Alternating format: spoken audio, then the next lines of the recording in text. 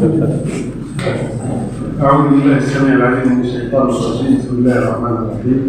الحمد لله وكفى وصلى الله وسلم على المصطفى وعلى آله وأصحابه الطاهرين الطيبين ومن سار على الدين الدين.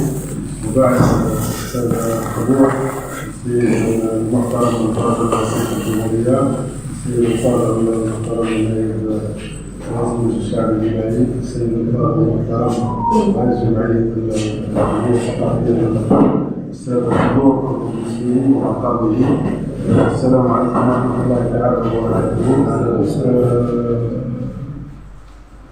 فارس التكريم في هذه المناسبة الطيبة الأستاذ أحمد عماري، سعيد جدا ويشرفني أن أكون حاضرا في هذه المناسبة الطيبة، وأشكرك على هذه الدعوة وهذه الانتخابات، وهذا يدل على الاهتمام بهذه المواهب، هذه المواهب التي تزخر بها هذه الولاية. منذ جئت إلى هذه الولاية إلا وأرى في كل زاوية موهبة سواء من الكبار أو الصغار، وهذا يدل على حسن المعدن لهذه البلدة الطيبة.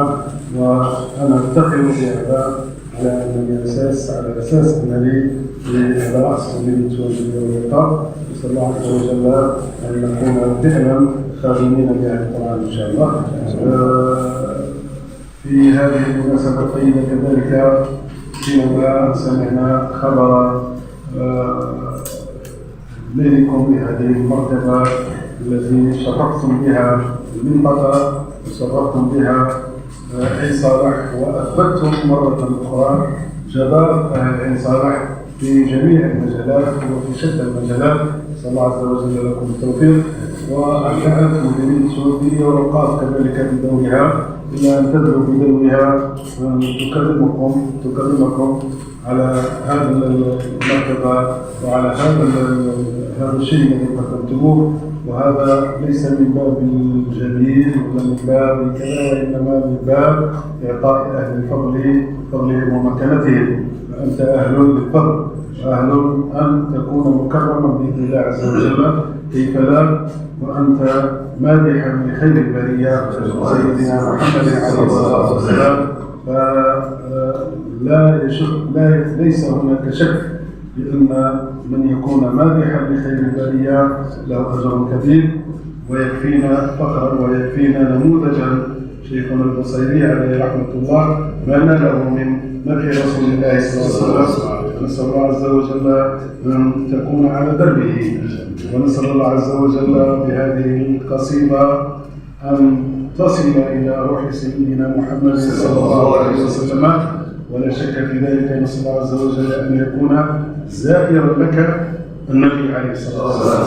هذا ما نتمناه كما حدث لشيخنا البصيري عليه رحمة الله. كيف لا وأنت كذلك يكفينا فخرا حاملا لكتاب الله حفظا وتجويدا، ويكفينا فخرا أنك مساهما في التعليم القرآني في زاوية الحاج العماري جزاك الله خيرا. فصاحب القرآن دائما محمود، وصاحب القرآن دائما في المراتب الأولى.